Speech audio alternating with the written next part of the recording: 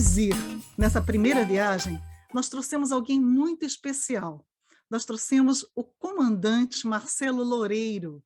O comandante Marcelo Loureiro, que é professor na Escola Naval de História, na Escola Naval do Brasil, e que tem também muitas formações importantes e interessantes. Vamos conhecer um pouquinho do professor Marcelo Loureiro agora. Ele é doutor em História e Civilizações pela Escola de Estudos Avançados em Ciências Sociais, em Paris. Ele é doutor também em História Social pela Universidade Federal do Rio de Janeiro, pós-doutor pela Universidade Federal Fluminense, especialista em História do Direito e Ciência Política pela Universidade de Lisboa, e também especialista em História da Arte Francesa pelo Sorbonne, História Militar pela Unirio e em História do Brasil pela Universidade Federal Fluminense. O professor Marcelo Loureiro é autor do livro A Gestão no Labirinto, Circulação de Informações no Império Ultramarino Português, Formação de Interesses e Construção da Política Lusa para o Prata, de 1640 a 1705. E estudou no seu doutorado as relações entre os conselhos superiores da monarquia portuguesa, de 1640 a 1668, e mais recentemente tem se ocupado com a questão da incorporação e do estatuto político-jurídico dos territórios americanos e edificação dos discursos em torno do direito legítimo de resistência dos povos na monarquia portuguesa. Recentemente, publicou o capítulo Entre a Política e a Cartografia, a Conquista do Pacífico e do Antimeridiano de Tordesilhas, no livro Magalhães Elcano, a primeira viagem ao redor do mundo, organizado por Heloísa Gesteira. Vejam que estamos com alguém que tem todo o mérito e toda a capacidade para iniciar essa nossa grande viagem em torno do assunto da circunnavegação de Fernão de Magalhães, dos 500 anos da circunnavegação, e dentre abrindo espaço para as nossas discussões das navegações na religião, na arte e na literatura. O tema dessa primeira conferência de abertura é As cartas náuticas têm falsidade por 1000 maneiras. A viagem de Magalhães, a conquista do Pacífico e a cartografia ibérica. O comandante Marcelo José Gomes Loureiro, então, nos comandará nessa primeira grande viagem. Envie suas perguntas pelos comentários. Professor Marcelo, pode subir a bordo. Muito bom dia a todos. É um prazer imenso estar convosco nessa manhã. Eu gostaria, antes de tudo, de propor alguns agradecimentos. Eu agradeço, antes de mais nada, à Universidade Lusófona e parabenizo também a mesma universidade pela organização desse evento tão interessante, tão instigante. Eu gostaria de cumprimentar os colegas que estarão hoje conosco, agradecer as palavras do Dr. José Briços Lino e, mais particularmente, agradecer à professora Lidice Meyer pela organização do evento, também por essa generosa abertura e por essa generosa apresentação, e agradecer também a presença daqueles que nos acompanham via internet e que potencializam esse canal de comunicação, esse canal de diálogo e reflexão sobre esse tema tão importante. Eu faço um compartilhamento de tela para efetivamente começar.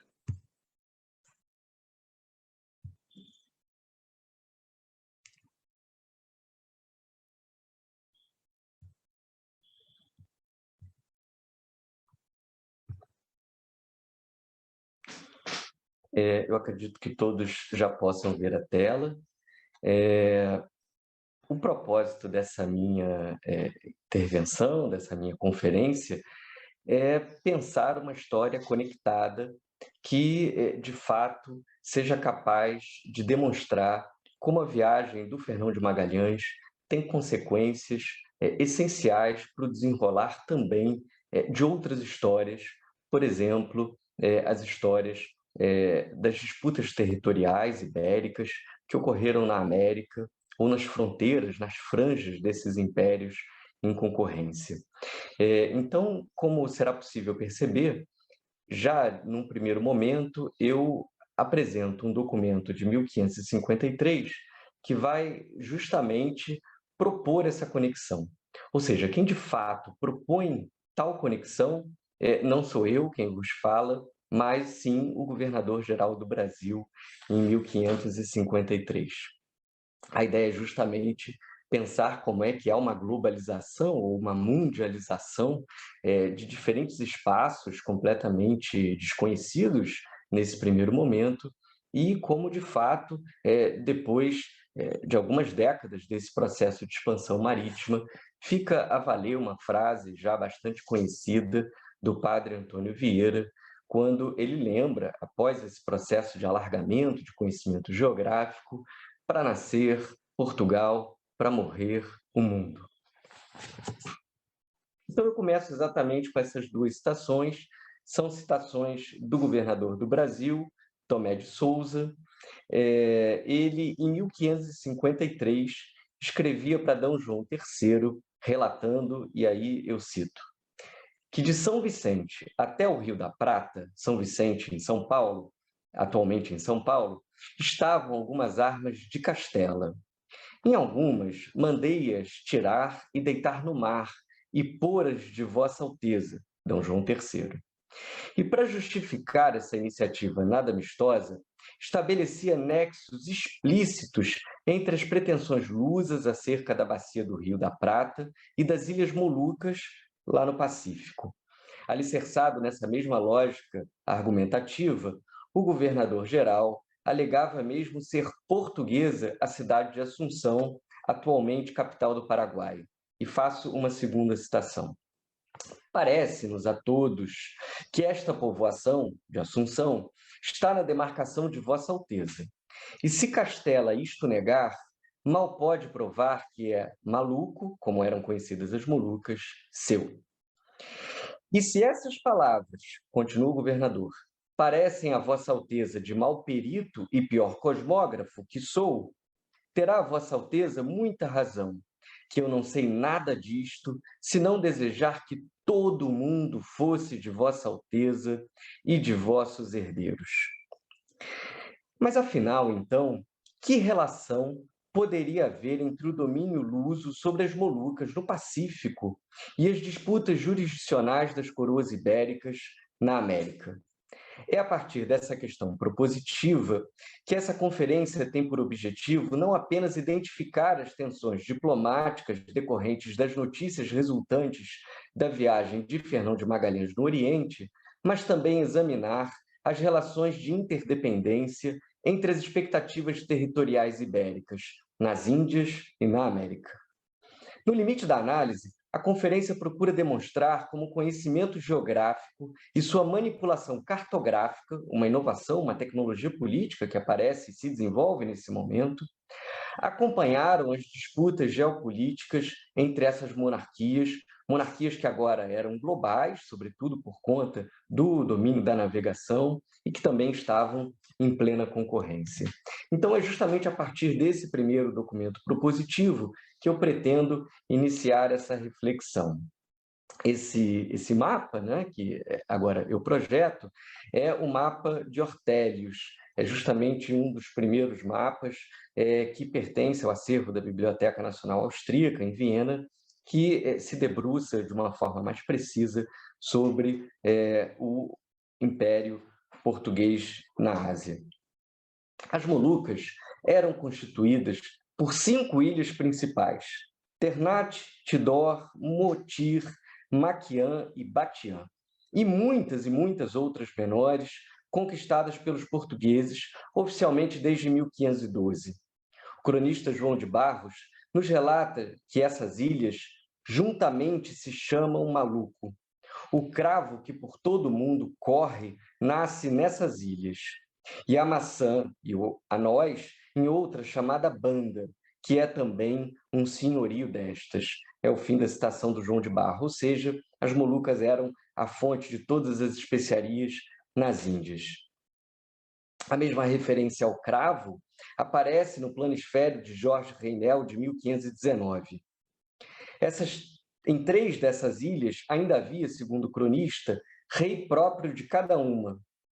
Pedro da Covilhã que alcançou as Índias por terra em 1489, provavelmente as visitou e as nomeou.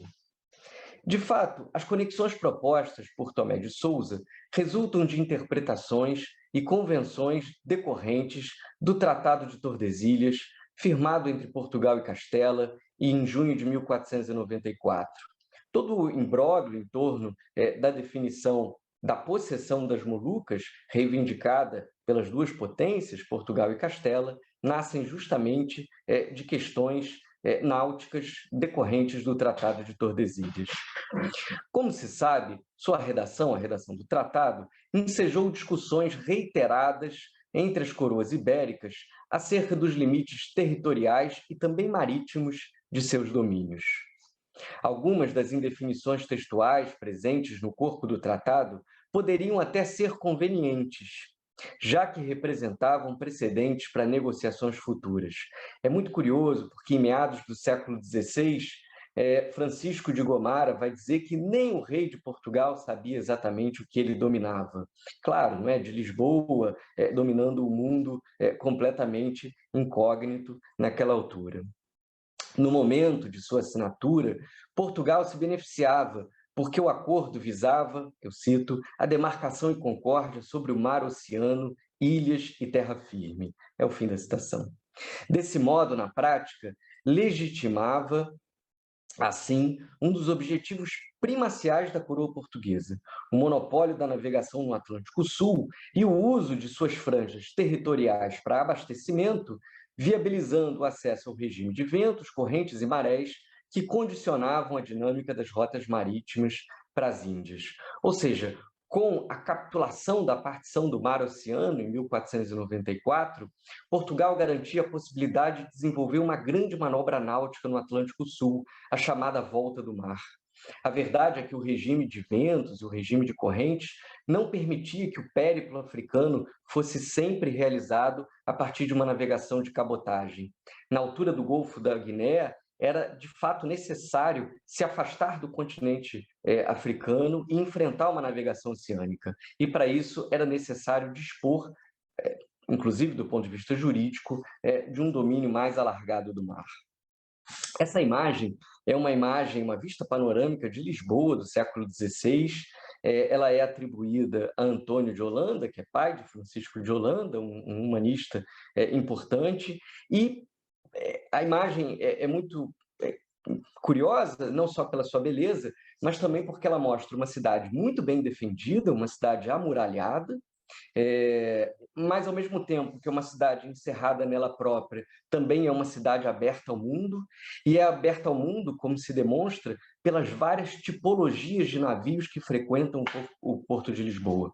Então, de fato, existem navios destinados a uma navegação regional, para um abastecimento mais circunscrito, mas também navios que são capazes de vencer uma navegação oceânica, navios de grande porte nessa altura e com uma arquitetura naval bastante definida. Eu já falo mais um pouco sobre eles nesses anos iniciais aí do século XVII. No fim das contas, Lisboa era capaz de articular rotas muito tradicionais que existiam desde a antiguidade no mar Mediterrâneo, com rotas que se estabeleceram durante a Idade Média no Báltico, por exemplo, não é? E com isso Lisboa se tornava uma plataforma tecnológica que conectava muitas tecnologias náuticas em desenvolvimento desde o século XIII.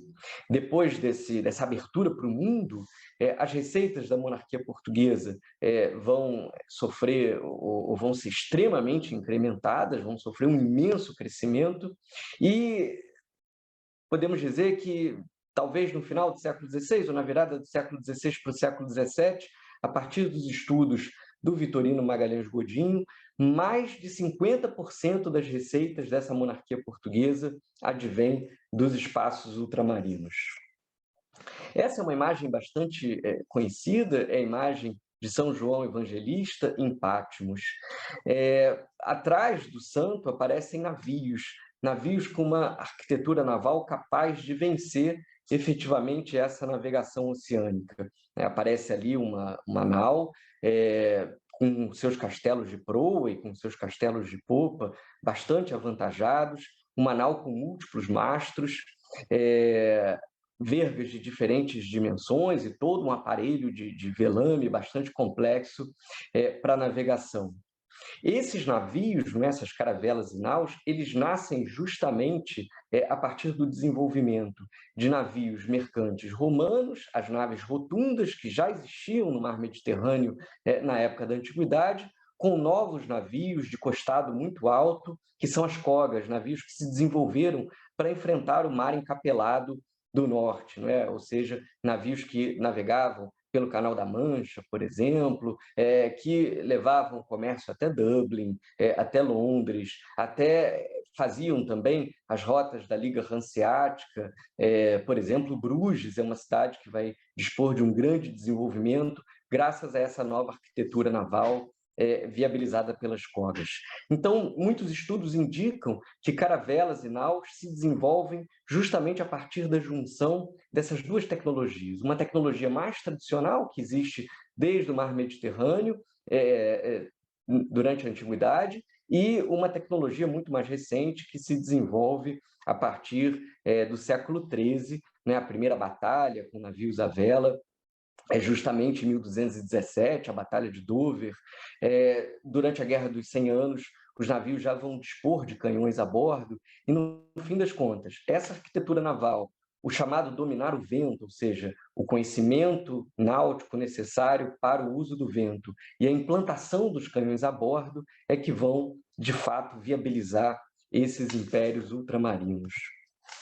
Essa também é uma imagem muito significativa, é o retábulo de Santa Alta, pertence ao acervo do Museu Nacional de Arte Antiga, e eu selecionei essa imagem para lembrar que a conquista das Índias foi também um episódio sangrento, não é? Desde a chegada do Vasco da Gama em 1498.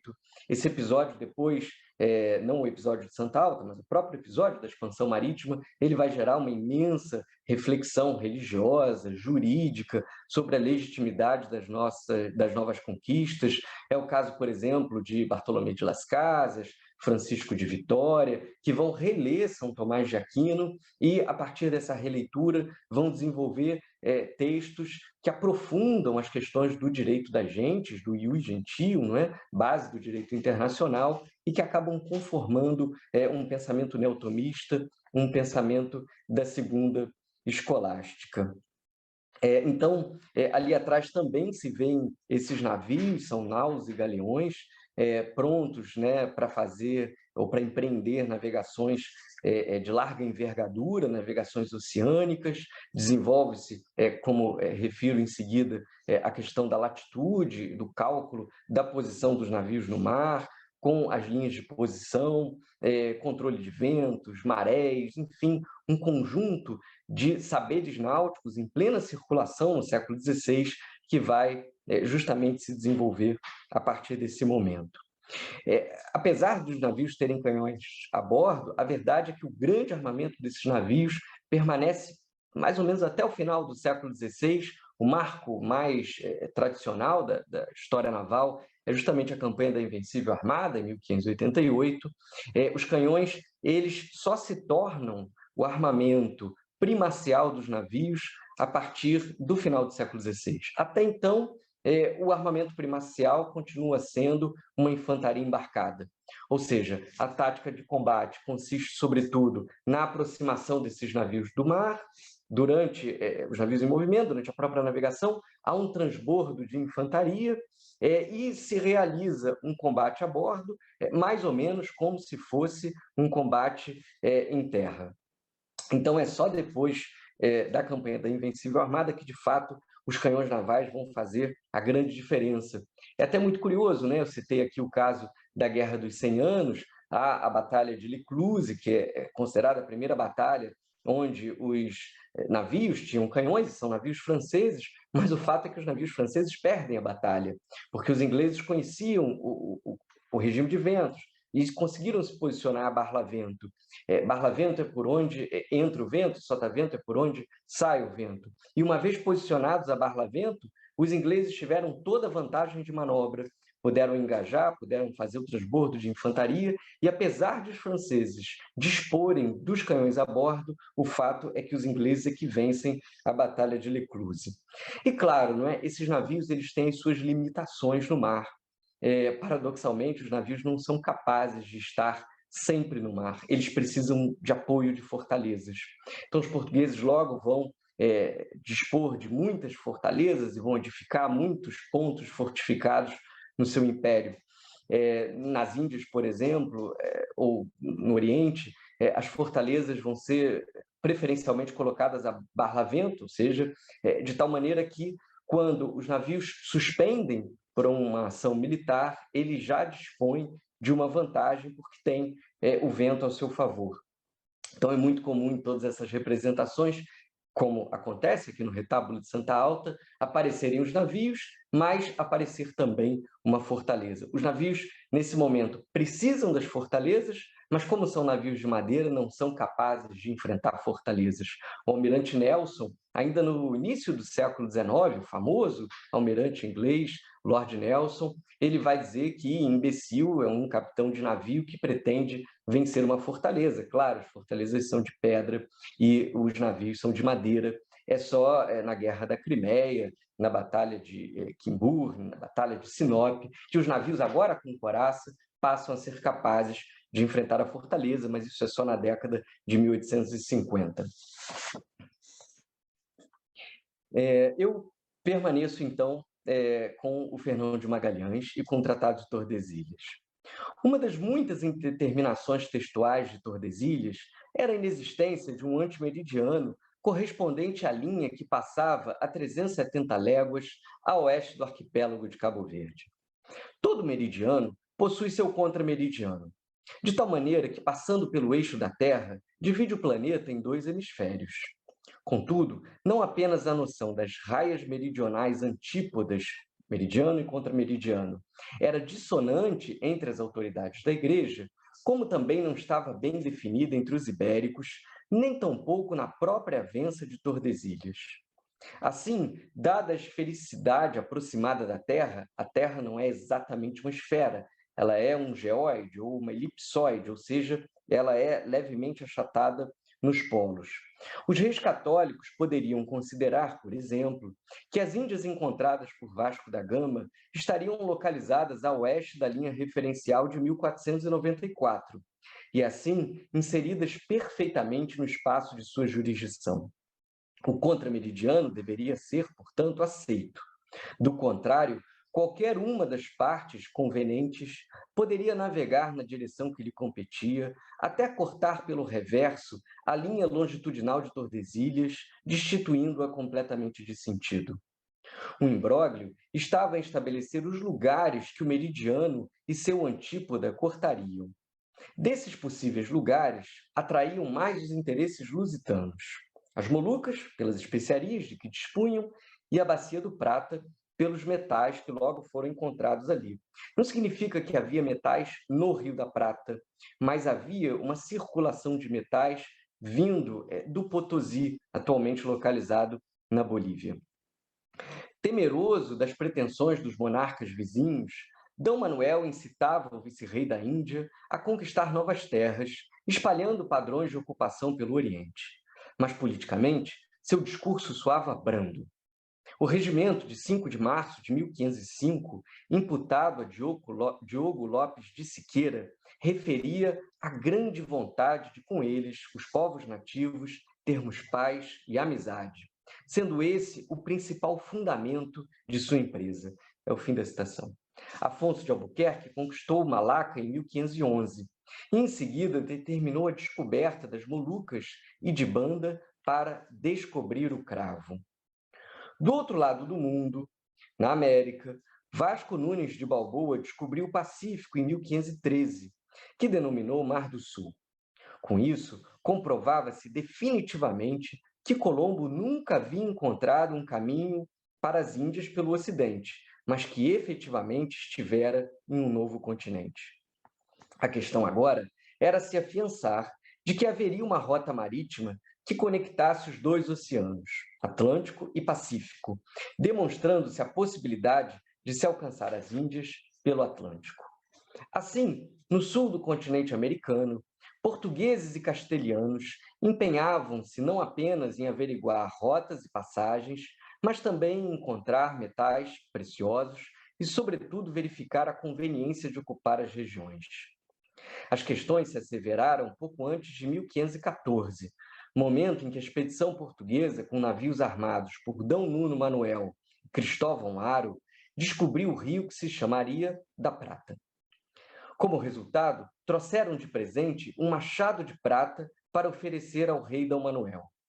Um texto alemão, traduzido como a cópia da Nova Gazeta da Terra do Brasil, impresso em 1515, noticiava que a distância entre o chamado Cabo do Brasil, na boca do Rio da Prata, e a Malaca não seria superior a 600 milhas, sugerindo assim que a viagem entre Lisboa e a Malaca seria muito curta por esse novo caminho, ou seja, pela Via da América.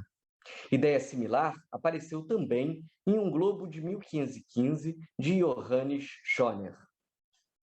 Quase simultaneamente, Fernando de Aragão determinava o envio da expedição de João Dias de Solís, um português a serviço de Castela, que desde 1512 tinha permissão para se fazer a Malaca.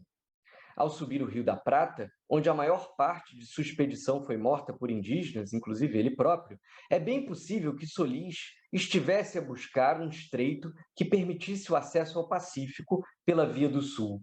Desde 1514 se procurava um acesso pela via do que hoje é a América do Norte, mas isso não se viabilizava, sobretudo por conta dos protestos que os embaixadores lusos faziam em Castela. Então, a solução acabou se deslocando para o sul, o que também, segundo o conhecimento geográfico da época, parecia mais plausível. A viagem de Solís reinaugurou uma nova fase de desentendimentos entre as duas coroas, que reclamavam soberania sobre a região do Prata, especialmente por ali terem sido identificados metais preciosos na posse de indígenas. A Portugal não convinha uma rota para as Índias que demandasse passagem por áreas de jurisdição que cabiam a Castela, conforme o meridiano de Tordesilhas.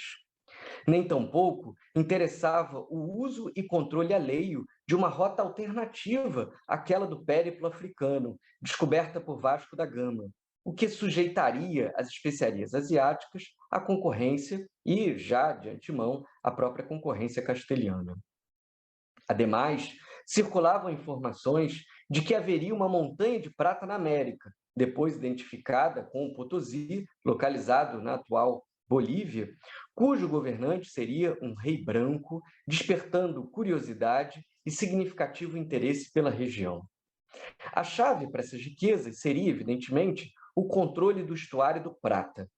Assim, a partir de 1515, inúmeras expedições foram enviadas para o reconhecimento geográfico daquela região. De algumas temos vestígios, como as 3 empreendidas por Cristóvão Jacques, a serviço de Portugal, ou a de Sebastião Caboto, que por Castela ergueu, provavelmente, uma fortificação às margens do Rio da Prata. Nesse contexto, o próprio Fernão de Magalhães, apoiado financeiramente por Cristóvão Aro, ofereceu seus serviços e projetos à coroa portuguesa, que não se interessou pela abertura da rota marítima proposta por ele.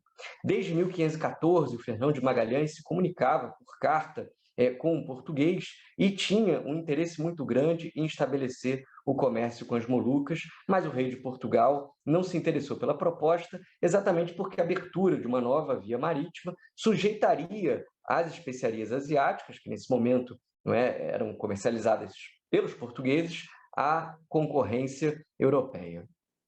Em maio de 1518, como resultado de suas reuniões com o rei de Castela, Magalhães já contava com uma capitulação, uma espécie de contrato com a coroa que respaldava juridicamente sua viagem.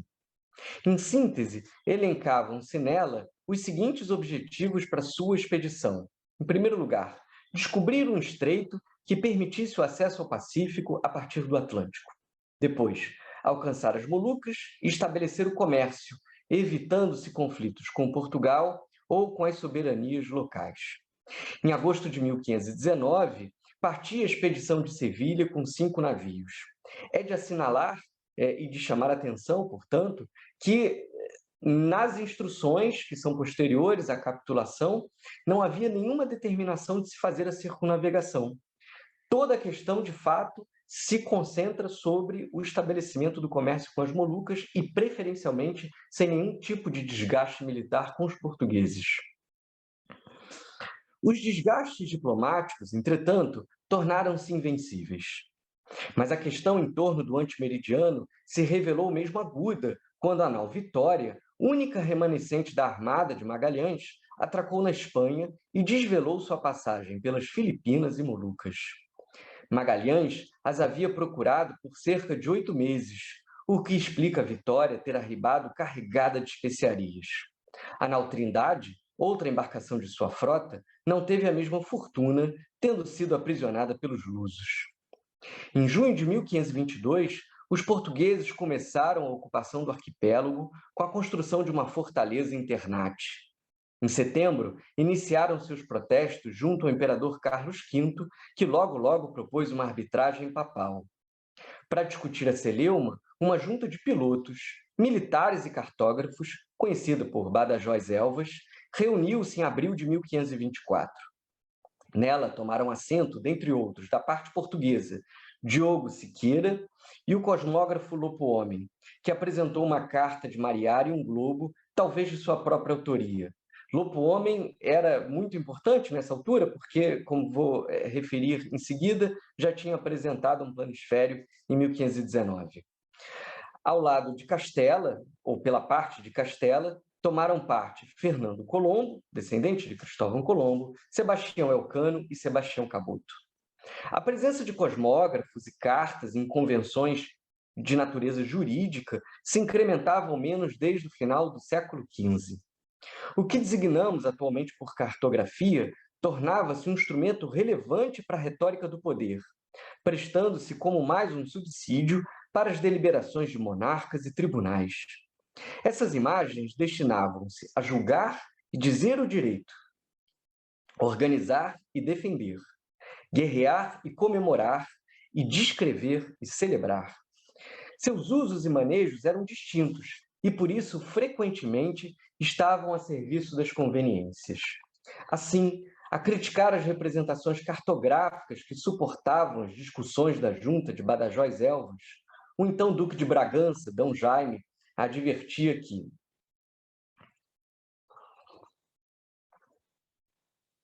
e foi dessa referência que eu extraí o título da comunicação, porque, de fato, é uma referência muito magnífica.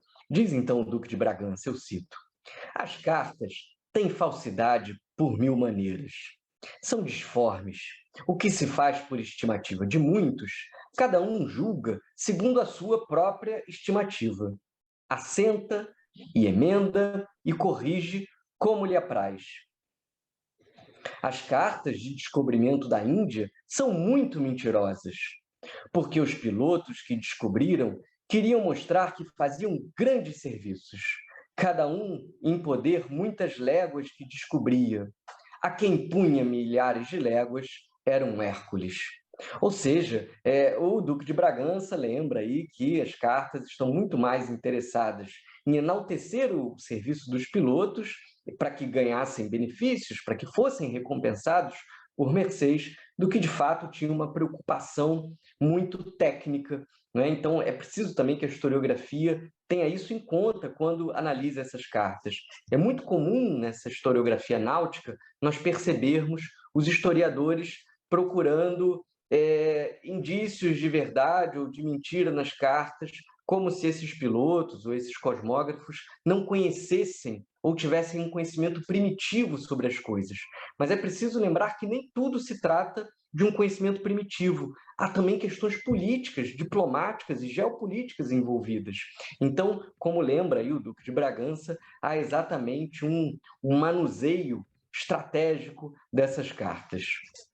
O que não significa também necessariamente falar de uma política de sigilo dos descobrimentos, porque Lisboa, o porto de Lisboa, é um porto aberto ao mundo, e pilotos de diversas naturezas frequentam esse porto nessa altura. Então, segundo seu registro, do Duque de Bragança, as cartas náuticas destinavam-se mormente a legitimar as expectativas e demandas de mercês compensatórias para os navegantes que se arriscavam como um Hércules. Pedro Nunes, talvez em resposta a impressões dessa natureza, Pedro Nunes é um matemático e cosmógrafo do reino muito famoso, foi cosmógrafo desde 1529, escreveria posteriormente em um tratado que, eu cito, meu intento nesta pequena obra é desculpar a carta das culpas e erros, de que todos geralmente acusam, e não as ignorâncias, enganos, pérfidas e contumácias dos mariantes. Pedro Nunes teve várias dissidências com os mariantes, porque ele era um matemático teórico e os mariantes estavam muito mais interessados num conhecimento efetivamente prático, não nas razões da navegação, mas sim na própria arte da navegação. Para atuar nesses debates, os castelhanos se fiavam, principalmente, na geografia de Ptolomeu, autoridade bastante aceita, inclusive em Portugal. A partir dessa referência, parametrizavam que um grau correspondia a 16,3, enquanto em Portugal estipulava-se geralmente que um grau correspondia a 17 léguas e meia, ou mesmo 18. Essas dissonâncias entre as léguas lusas e castelhanas geravam distorções territoriais atualmente já calculadas em cerca de 15% e 7%, respectivamente. De fato, o cálculo prático da longitude no mar representava imenso desafio técnico, somente suplantado em meados do século XVIII com a implementação dos cronômetros a bordo. Então, aqui algumas imagens desse conhecimento náutico que se desenvolve. A primeira é um astrolábio. O astrolábio é um instrumento, por excelência, para se calcular a latitude no mar. A latitude é a distância em graus entre um determinado ponto no globo terrestre e o Equador. Esse astrolábio pertence ao acervo do Museu da Renascença no Château de Caen, que fica ao norte de Paris. No hemisfério sul, o Sol era, sobretudo, não é, o grande ponto de referência para o cálculo da latitude e se calculava o Sol na passagem meridiana, ou seja, no momento em que o Sol está no ponto mais alto do céu. Esse astrolábio não é exatamente um astrolábio destinado à navegação prática, mas ele é, sobretudo, um presente diplomático. E é muito curioso como é que esses presentes diplomáticos eles começam cada vez mais a dispor de instrumentos náuticos, de alguma forma, eles sintetizam esse imaginário náutico em plena circulação. Aqui é uma imagem do Jan van Eyck, da pintura de Flandres, não é? Dizem que os primitivos flamengos inventaram a pintura a óleo e são muito preciosos, né? O que diz a tradição da história da arte em relação aos detalhes representados. Aqui aparece um homem culto, é São Jerônimo, ali aparece o leão, seu atributo por excelência. Segundo a tradição, foi São Jerônimo que fez a tradução da Bíblia para o latim, ou seja, ele é um homem culto, mas também um santo, ou seja, assume uma posição de destaque por conta disso. E ele aqui é representado no seu escritório, um escritório típico do século XIV, existem livros, penas, correspondências, ou seja, ele é um homem com uma rede epistolar bastante significativa, uma régua e um astrolábio, não é? Há um astrolábio ali embaixo dos livros. E a obra foi realizada em Flandres, e essa é uma região, como já referi, muito reputada pelo seu intenso comércio marítimo. E aí, a partir dessa obra, não é, talvez pudéssemos pensar o seguinte: seria o cosmógrafo também um homem de corte? Qual seria o propósito de aproximar as reflexões do santo à intelecção desses cosmógrafos? Teria a obra alguma intenção de sugestionar que os cosmógrafos, dispõem de um estatuto social que lhes permitiria frequentar as cortes palacianas? Ou seja, será que os cosmógrafos também não deveriam dar conselhos? Também não deveriam ter assento nos tribunais da monarquia? Não deveriam também ser homens da política? Seria a cortina entreaberta, ao fundo, um indício de que seu conhecimento é refinado porque advém de uma revelação? O fato é que os tratados de marinharia, como eram conhecidos no século XVI, eles precisavam de licenças do Tribunal da Inquisição, né? Nem sempre foram impressos, às vezes eram manuscritos, né? Ou seja, esse conhecimento geográfico ele tem também um impacto muito significativo sobre as questões teológicas, por exemplo, e sobre as questões de religião. Essa é uma outra imagem muito magnífica que pertence à Galeria Uffizi, de Florença, é uma adoração dos magos de Filippino Lippi. Tradicionalmente, como se afirma, os reis magos aqui eles são associados aos próprios membros da família Medici, que são os comitentes da obra. E, ao fundo, há um grupo de cavaleiros não europeus que aponta justamente para uma estrela no céu. Agora, o que me parece muito significativo nessa adoração dos magos é justamente esse rei mago. Não é? Um dos reis, não é, vestido com um suntuoso manto amarelo com arminho, ele figura abraçado com astrolábio, que é o ícone por excelência do conhecimento astronômico, da navegação oceânica, e que também teria viabilizado a chegada dos reis magos até Cristo, que acabara de nascer. Ou seja, o astrolábio é ele quem também viabiliza a expansão da fé, né? Já que os reis magos, nesse momento, eles representam os diversos povos do mundo que, segundo se dizia, não é, que tem de se curvar a Cristo sob aplausos. Não é? Isso me lembra de forma invencível o padre Antônio Vieira, na Claves Profetarum, quando Vieira diz que o reino de Cristo há de se estabelecer na Terra e que Cristo há de ser reconhecido como Rei universal, sob aplauso público. Não haveria nenhuma coerção nesse sentido, mas espontaneamente todos os povos reconheceriam Cristo. Então, o astrolábio, que é um dos instrumentos fundamentais para o conhecimento dos novos povos, ele aí sublinha justamente esse sentido de epifania que a imagem procura chamar a atenção. Essa é um presente diplomático, também pertence ao Château de Ecouen, na França, ao Museu da La Renaissance, e ele é um bom exemplo, não é, de como esses presentes diplomáticos acabavam cada vez mais se afeiçoando às coisas do mar. A verdade é que se multiplicaram os objetos decorados com motivos marítimos. São joias com fragmentos de corais, joias votivas, joias em formato de embarcações. O próprio Museu de Ecouen tem joias dessa natureza. São conchas, âncoras, imagens de sereias, de Netuno e de toda sorte de ornatos que advêm do mar. Essa embarcação, ela representa o próprio Sacro Império. Ali aparece Carlos V, é um autômato, ou seja, a embarcação ela tem movimento próprio.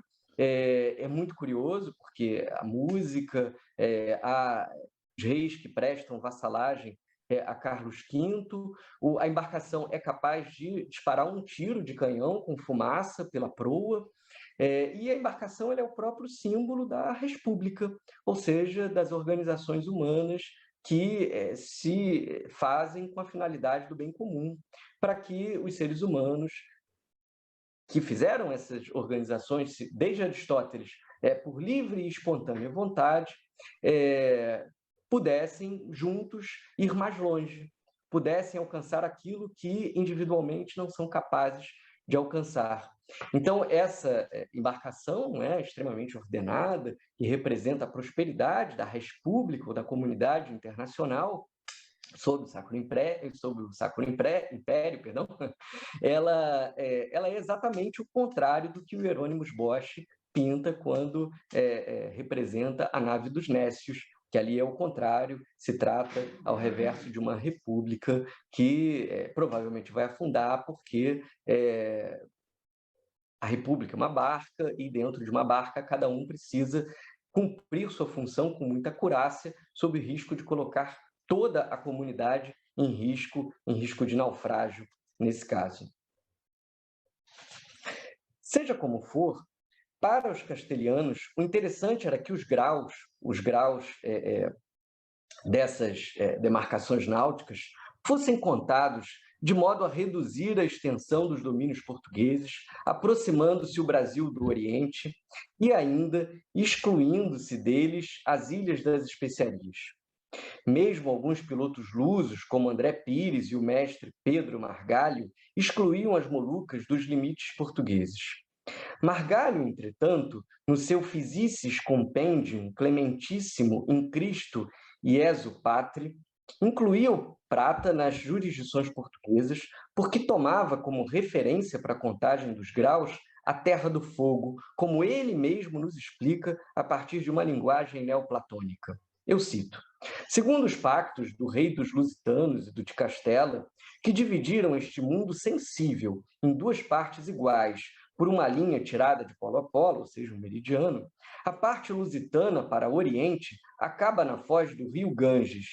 Começa, porém, para o ocidente, a partir daquela ilha que os hispanos chamam Isla del Fuego. Malgrado Fernando Colombo tivesse qualificado sua obra como um livro confuso de filosofia, era-lhe conveniente porque comprovava que as Molucas caíam no repartimento de suas majestades, reis de Castela. Fernandes de Enciso confirmava, em sua Suma de Geografia de 1519, portanto antes ainda da viagem de Magalhães, que a boca do Ganges era o limite admissível entre as duas coroas. Essa é a carta do português Jorge Reinel, filho de Pedro Reinel, desenhada em Sevilha em 1519. Ela esboçava igualmente as Molucas em áreas de domínio castelhano. Ela foi encomendada por Magalhães ou pela Casa da Contratação de Sevilha, possivelmente para oferecimento a Carlos V. E a partir dela, ele desenvolveu a ideia de que as Molucas estavam sob a jurisdição do imperador. Depois, a carta se tornou uma espécie de modelo, pedra angular do discurso reivindicativo de Castela, anotava um português, Sebastião Álvares, que vivia em Sevilha. Ele escrevia em julho de 1518 a El Rei Dom Manuel, eu cito: a terra de Maluco eu vi assentada na poma e carta que cá fez o filho de Reinel. Agora, com este padrão, se fazem todas as demais cartas. É o fim da citação. Desde essa carta modelo, Diogo Ribeiro, outro português que serviu à coroa de Castela, fez cartas, agulhas, quadrantes e esferas. É bastante curioso também que na legenda desse mapa haja uma referência a um texto antigo de Santo Isidoro de Sevilha, a Etimologias, em que ele menciona, e eu cito: além das três partes do mundo, há uma carta para além do mar interior, ao meio-dia, a qual, pela força do sol, nos é desconhecida. É possível, não é? Se associa essa citação justamente à América. Ao longo do século XVI, houve um esforço de padronização de cartas e de instrumentos náuticos por parte das monarquias ibéricas. Assim, na mesma direção, a carta de Nuno Garcia de Toreno, de 1522, a primeira a esboçar um antimeridiano para Tordesilhas, e as de Diogo Ribeiro, de 1527 e 29, incluíam as Molucas em sua área de jurisdição, alterando os pontos por que passavam o antimeridiano. O planisfério de Ribeiro, de 1529, aliás, foi fundamental para respaldar a argumentação jurídica castelhana. No caso de cartas de Mariar portuguesas, mormente na segunda metade do século XVI, a região adjacente ao Rio da Prata, ou ao menos sua boca, tendia a ser representada, inserida em suas demarcações, traduzindo-se em relevante instrumento político. Nesse sentido, são as cartas elaboradas por Lopo Homem, especialmente a de 1519, que figurou como uma espécie de padrão para as subsequentes. Em função de suas deformações, sobretudo no Oriente, e em função também de sua rica iluminação, é bem possível que o Atlas de Lopo Homem fosse um presente, e um presente não acabado, todavia, justamente em função do suspender da armada de Fernão de Magalhães, de Carlos I de Portugal, de Manuel I de Portugal, a Carlos V, de modo a desestimulá-lo a patrocinar a viagem de Magalhães às Molucas pelo Ocidente. A carta, ou Atlas, dispunha de muitas incorreções, principalmente no Oriente, e Dom Manuel devia de saber disso. As deformações contidas nessa representação foram maximizadas nas de Vaz Dourado e nas célebres cartas da família dos Teixeira, desenhadas no início do século XVII. Então, essa é uma carta, não é, do Luiz Teixeira. Para alcançar seus objetivos, esses e outros cartógrafos costumavam aproximar o atual Nordeste brasileiro a Cabo Verde ou distendiam sua costa a partir da inflexão do Espírito Santo ou Rio de Janeiro, no sentido do Oriente.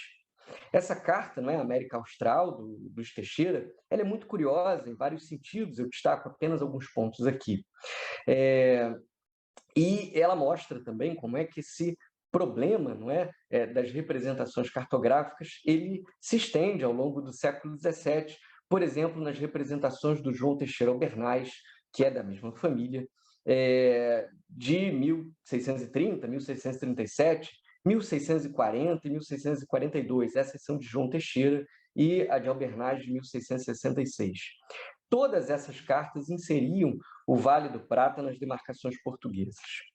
Exemplos na literatura de que o prata era português, destacadamente a literatura jesuítica, também são fartos e seria exaustivo reproduzi-los aqui.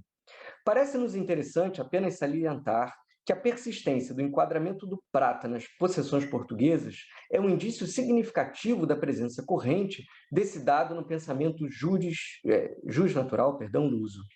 Muitos acreditavam no mito da origem lusa-tupi da Ilha Brasil, pelo qual existiria uma lagoa, que os indígenas chamariam de Eupana, no interior da América, de onde vazavam os rios Amazonas e da Prata, delimitando, juntamente com o Atlântico, uma ilha em parcela do continente. A Eupana aparece nessa representação do Luiz Teixeira. Assim, para evitar guerras entre católicos, Deus generosamente teria criado fronteiras naturais, separando as terras lusas das hispânicas. O próprio padre Simão de Vasconcelos escreveu em 1654 que do centro da América davam-se, eu cito, as mãos dois rios em uma famosa lagoa do Chile e do Peru. Eram, assim, dois gigantes que a defendem e a demarcam entre nós e Castela. É o fim da citação. A cartografia também está repleta de exemplos de mapas que indicam a crença no mito da Ilha Brasil. Hoje se sabe que a Lagoa de Eupana, de fato, não existe, embora ela quase se forme em função dos períodos de cheia no Pantanal. Mas há uma distância razoável ainda, mesmo com a cheia, entre o Pantanal e a Amazônia, a bacia amazônica. Então, o Luiz Teixeira vai empreender aqui uma representação do Atlântico, desde a Groenlândia até o Estreito de Magalhães. Destacam-se os escudos da monarquia hispânica e portuguesa, além do monograma à esquerda da Companhia de Jesus. Na África, relevam, sobretudo, a mini Angola, áreas de onde partia o tráfico de pessoas para a América. E também nessa carta o Teixeira salientou, como eu falei, a Lagoa Eupana, não é, que conferiam ao Brasil uma característica insular, pelo que se depreende, e o Peru e o Cerro do Potosí também mereceram vulto aí, e o Estreito de Magalhães aparece assim perfeitamente nomeado. Com pouco mais de um mês de duração, concluía-se a junta de Badajoz Elvas sem nada deliberar.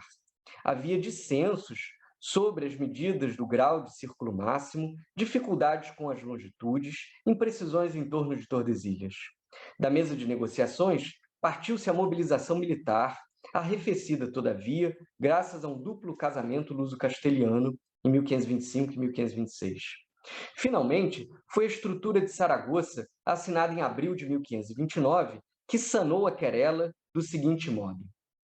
Portugal reconhecia o direito de Castela sobre as Molucas, mas D. João III as adquiria por 350 mil ducados.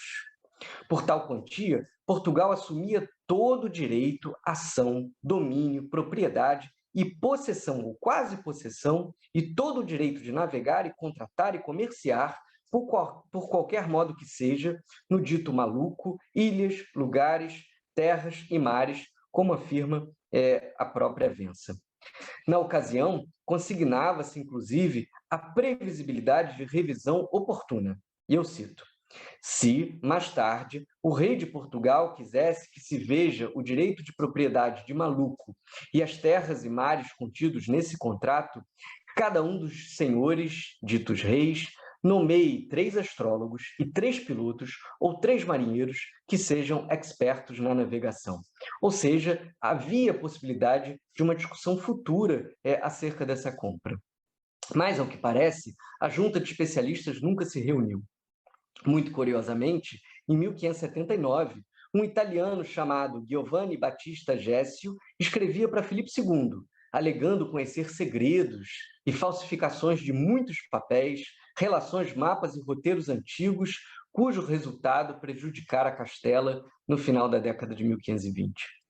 Às vésperas de Saragoça, D. João III afirmava, no entanto, em uma carta a Antônio de Azevedo que, eu cito, minha intenção nunca foi comprar o direito que posso ter sobre as Molucas e que pelas Molucas não darei absolutamente nada.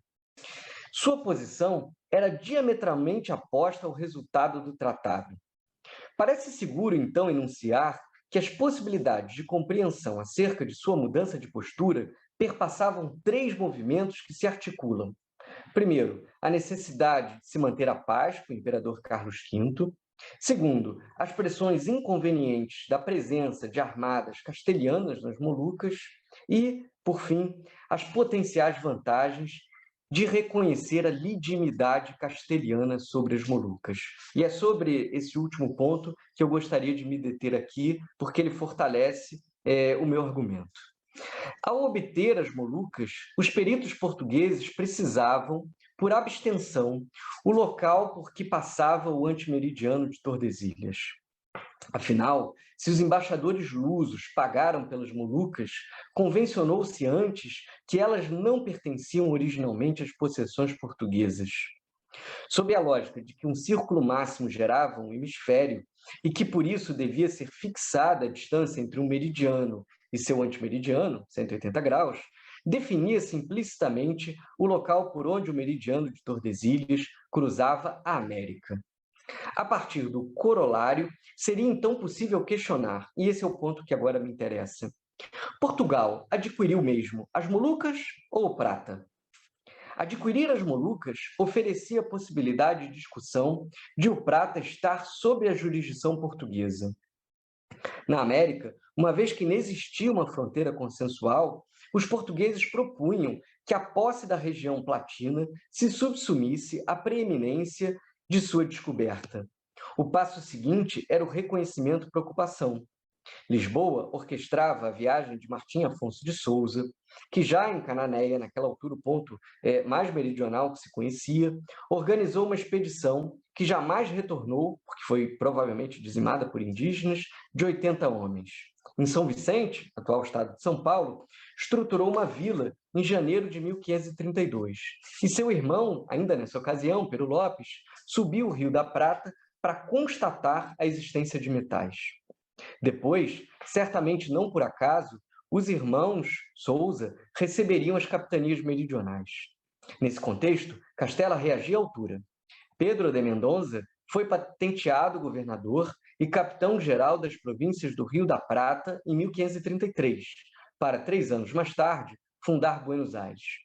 No ano seguinte, fundava-se Assunção, o mais importante núcleo populacional dessa região nos 500.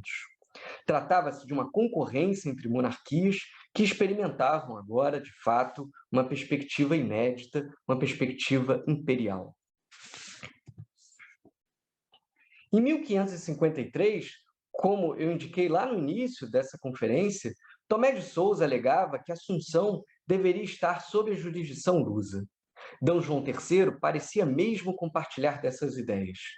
Ao menos é o que se percebe quando se observam 2 minutas de cartas datadas desse mesmo ano. Na 1ª de novembro, motivado por uma armada que partiria de Sevilha, supostamente para o Prata, o rei escreveu que este Rio da Prata, como sabeis, é de minha conquista e cabe debaixo de minha demarcação. Noutra minuta de dezembro, refere-se categoricamente à Assunção. Os castelhanos do Peru têm feito no Brasil uma povoação a que chamam de Assunção. E sou informado que querem eles dali entrar pela terra dentro, a conquistar e descobrir, por alguma informação que tem de haver ouro na dita terra. Em seguida, solicitava ao seu destinatário que, com toda a dissimulação possível, procurasse saber com algum oficial do Conselho das Índias se essas informações eram mesmo verdadeiras. De fato, pouco efetiva foi essa primeira iniciativa hispânica de ocupação no Prata. A própria cidade de Buenos Aires teve logo de ser abandonada, experimentando uma segunda fundação, uma refundação, em 1580, por Juan de Garay. D. João III permanecia, em grande medida em vão, a argumentar junto à corte de Castela que a Assunção se encontrava sob seus domínios. Eu parto agora às considerações finais. O longo decurso da expansão marítima europeia contou com um momento decisivo entre 1492 e 1522. Cristóvão Colombo aterrou na América, Vasco da Gama venceu um caminho marítimo para as Índias, Cabral confirmou o Brasil, embora naquela altura o feito não tenha sido tão valorizado. As Molucas foram identificadas e depois ocupadas. Balboa descobriu o Pacífico, demonstrando ser a América um novo continente. O Rio da Prata foi explorado e as discussões sobre sua posse efervesceram. Fernão de Magalhães e Sebastião Elcano realizaram a circunnavegação e descobriram um estreito entre o Atlântico e o Pacífico, ainda que naquele momento tal passagem não tenha sido frequentemente utilizada. O continente africano, ponto de partida da expansão, era cada vez mais incorporado a essas lógicas de conquista. Concentrados nessas 3 décadas, todos esses episódios ou processos tiveram significativas repercussões. Eu vou concluindo, então, com essa imagem, é a imagem de Carlos V, abdicando o Sacro Império Romano-Germânico para seu irmão, D. Fernando, e para seu filho, Filipe II. Então, à direita, Filipe II aparece representado com os territórios que compunham a monarquia composta de Espanha. No canto inferior direito aparecem as 4 partes do mundo que oferecem presentes. A primeira delas é a América, logo em seguida aparece a África. O que me parece muito curioso é que no canto oposto está Netuno. Netuno traz um globo e traz também o emblema de Carlos V, plus ultra, né? Ou seja, nenhum limite é suficiente, e o fato de o globo estar sendo trazido por Netuno indica justamente que quem domina o mar domina o mundo. Ao alargamento do espectro de rotas marítimas e mercantis, correspondeu um acúmulo de técnicas náuticas, avanço nas fronteiras do conhecimento geográfico e nas formas de representação gráfica dos mares e territórios, posteriormente denominadas de cartografia. A própria geografia se desenvolveu, assim, para suprir as necessidades do exercício do bom governo à distância e para subsidiar debates e disputas jurídicas em torno da posse desses territórios. Governar povos confundiu-se com um governo de mapas e imagens. Tanto é assim que, mais tarde, o padre Rafael Blutot, autor do primeiro dicionário da língua portuguesa, associava a geografia a um exercício claro da política e do poder. Segundo Blutot, a geografia é a ciência que dá o conhecimento da situação dos reinos, províncias, cidades e mais lugares na superfície do globo da Terra, juntamente com a descrição dos mares, rios, estreitos e golfos. Um de seus ramos, aliás, era a geografia histórica, na medida em que dava conta dos nomes antigos que tiveram reinos, províncias e cidades e dos novos territórios que foram tomando com as invasões de nações estranhas, com a declinação dos senhorios, domínios e impérios.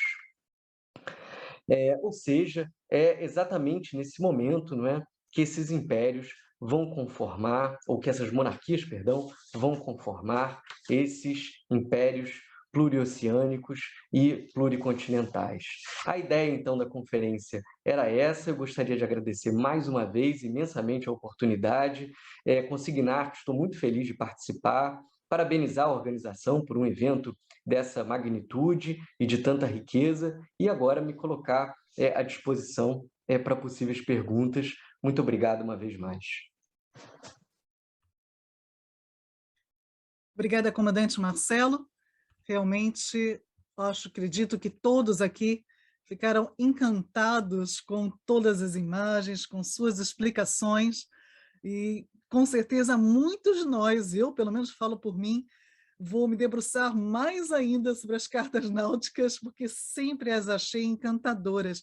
e essa sua explicação, né, que nos traz essa noção de que os erros que muitas vezes vemos nas cartas náuticas não se devem ao desconhecimento, mas muitas vezes para questões políticas, é muito interessante. E queria que, se possível, falasse, eu sei que o tempo é curto, mas se fosse possível nos explicar um pouquinho mais sobre como essas cartas maravilhosas eram feitas, apesar de ter mostrado os astrolábios e tudo, também que é uma riqueza muito grande, porque eu acredito que talvez, assim como eu tenho curiosidade, muitos também têm, que apesar de, sim, hoje, né, com todos os dados que temos, vemos que existem pequenas falhas, mas, como eu disse, são tão pequenas as falhas, sem nenhuma presença de um satélite ou algo assim, para poder fazer esse desenho todo tão belo, tão perfeito, de entradas, saídas de rios.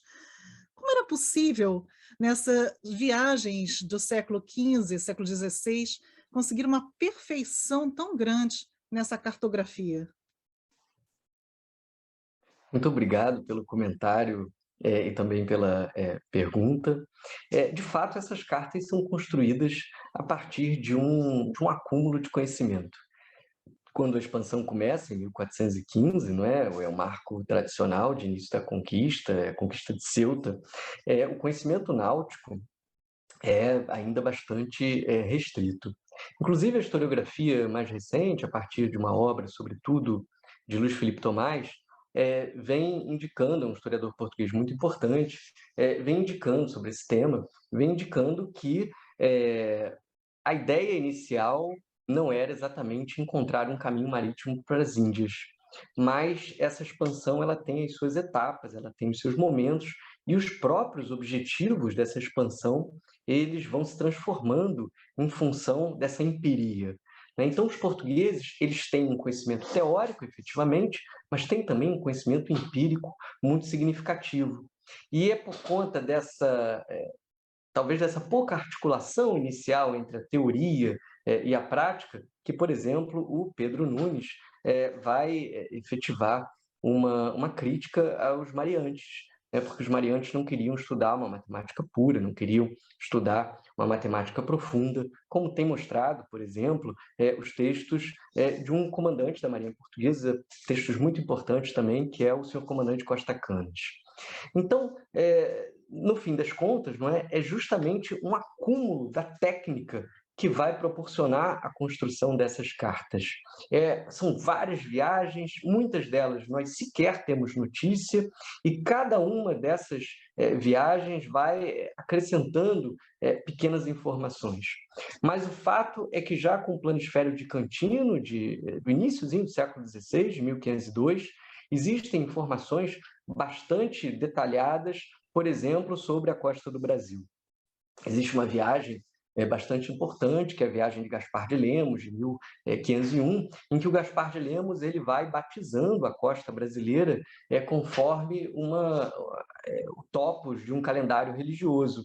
E é por isso que temos o Cabo de Santo Agostinho, o Rio São Francisco, que foi descoberto em 4 de outubro, a Angra dos Reis, a Baía de Todos os Santos, 1º de novembro, a Angra dos Reis, Dia de Reis, 6 de janeiro, e o próprio Rio de Janeiro, não é? Descoberto em 1º de janeiro.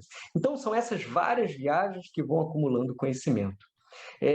As costas, do ponto de vista norte-sul, elas são bem estabelecidas porque o cálculo da latitude, a partir da navegação astronômica, era já bastante desenvolvido nessa altura.